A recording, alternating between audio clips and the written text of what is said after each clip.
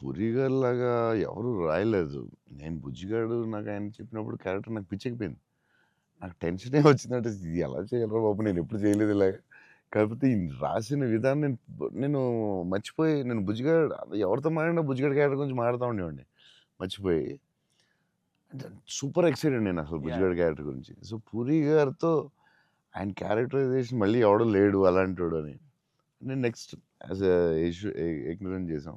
నువ్వు చెప్పిన డైలాగులన్నీ చెప్తుంటే అసలు నాకు ఆయనలో ఎవడు రాయలేడు. It's his writing. The character designing what Puri garu అలా ఎవడు లేడు ఇండియాలో. వరల్డ్‌లో లేడు. అదొక డిఫరెంట్ మనిషి అది. ఆ క్యారెక్టర్ ఆయనే రాయగలడు. మళ్ళీ రాయకపోయినా ఆయనే ఎవడు ఇమిటేట్ చేయలేడు.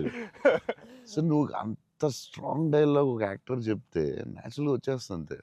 మీరు దాంట్లో అండ్ 'సోనూ సూద్' దగ్గరికెళ్ళినప్పుడు కూడా సూపర్ ఉంటదన్న. ఆహా! "ఏయ్! ఎవర్రా నిన్ను కొట్టారంటే" "సార్ ఐయామ్ చోటు. నేనే సార్ కొట్టిందంటారు." అదసలు నాకు 'ఏకమృగంలో' చాలా ఫేవరెట్ ఏంటంటే ఏడుస్తా ఉంటాడు కదా!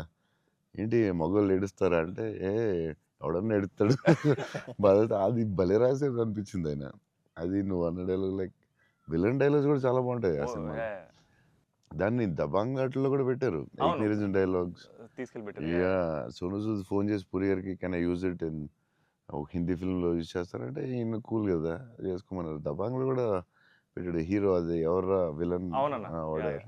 సేమ్ 'సోనూ సూద్' గారే చెప్పినట్టున్నారు యాహ్! 'దబంగ్‌లో' సేమ్ కూడా. సోనూ సూద్. ఆయన ఫోన్ చేసి అడిగి పెట్టాడు. ఓహ్! సూపర్. సూపర్. ఆయనలో ఎవడు రాయలేడంతే. ఇంకంతే.